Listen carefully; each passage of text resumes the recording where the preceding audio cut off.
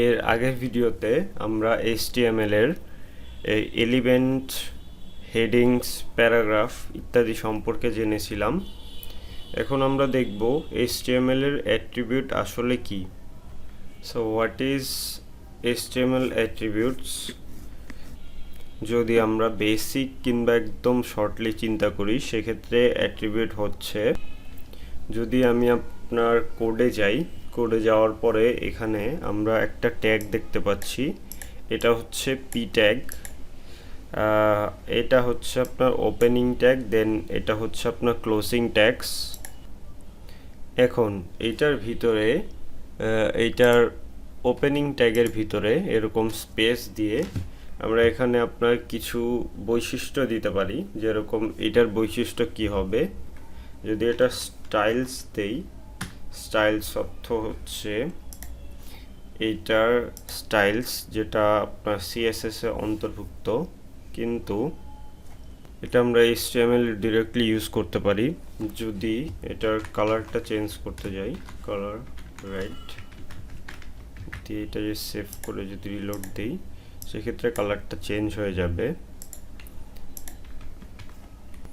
তো basically attribute হচ্ছে এরকম সেট অফ বৈশিষ্ট্য যেগুলো একটা ট্যাগকে আরেকটা ট্যাগের সাথে আলাদা করে।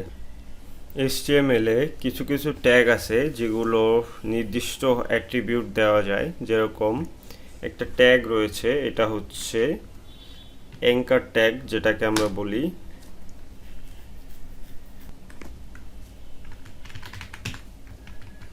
Click here. অ্যাঙ্কার ট্যাগের ক্ষেত্রে একটা অ্যাট্রিবিউট থাকে, সেটা হচ্ছে href।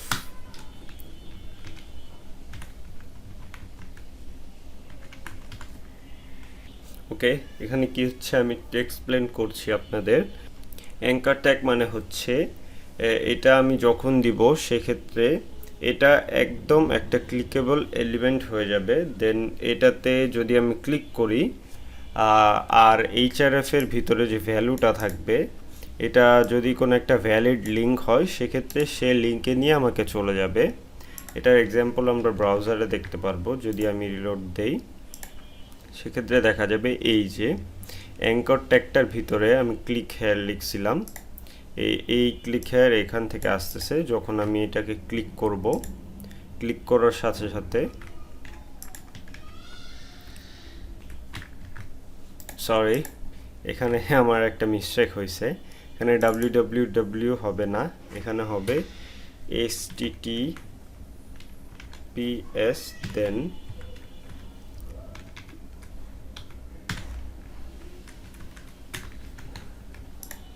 এখন যদি আমি এটাকে ক্লিক করি, ব্যাক, রিলোড, দেন ক্লিক, ওয়েট,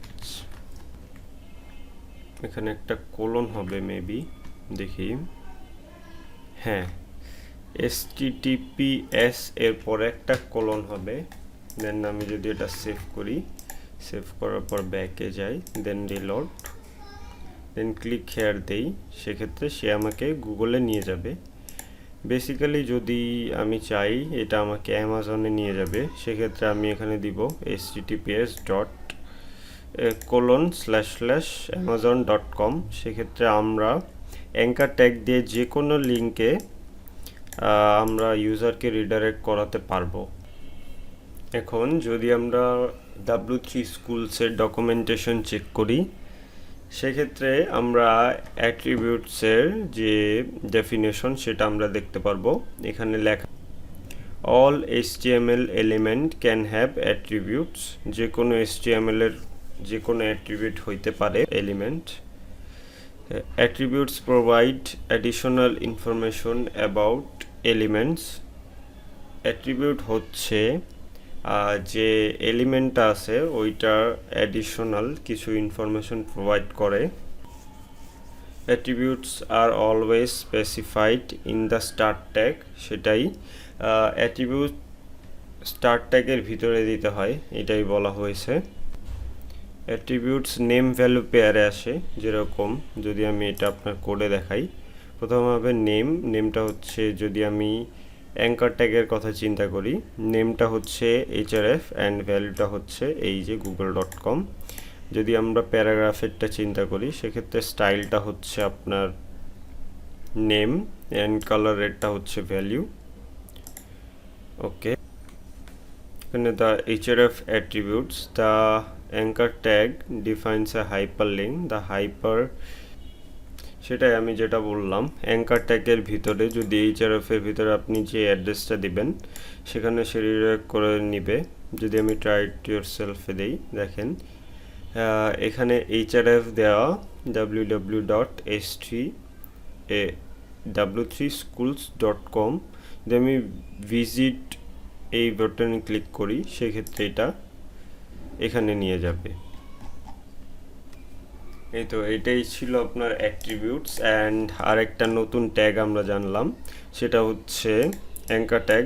দেন কালকে আমরা HTML এর ইমেজ আমরা কিভাবে ইউজ করব।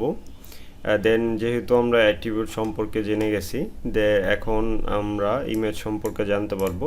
সো নেক্সট ভিডিওতে আমরা জানবো যে HTML এ ইমেজ কিভাবে ইউজ করতে হয়, ইমেজের কিছু অ্যাট্রিবিউট আছে ওইগুলো সম্পর্কে আমরা জানবো। আজকের জন্যই এই পর্যন্তই। ভিডিওটি ভালো লাগলে একটা লাইক দিয়ে যাবেন।